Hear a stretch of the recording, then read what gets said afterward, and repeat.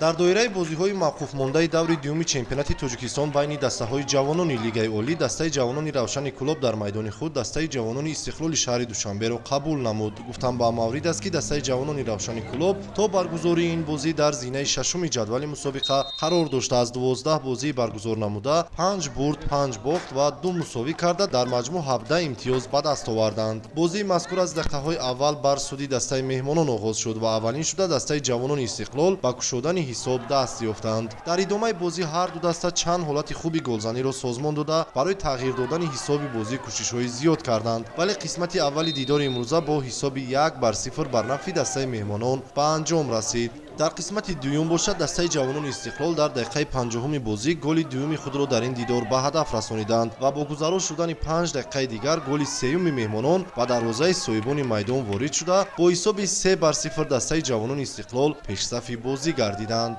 дар дақиқаҳои 70-уми бозӣ бошад, ҷавонони Равшани Кулоб баъди таъини зарбаи ҷаримавӣ аз кунҷи чапи майдон як голи зебову ҳадафрасро вориди дарвозаи дастаи Истиқлол намуданд. ҳарчанд дар идомаи бозӣ имкониятҳои дастаи соҳибони майдон пай дар пай ба амал оварда мешуданд, вале ҳисоби бозӣ бетағйир 3-1 бар нафъи дастаи меҳмонон ба анҷом расид.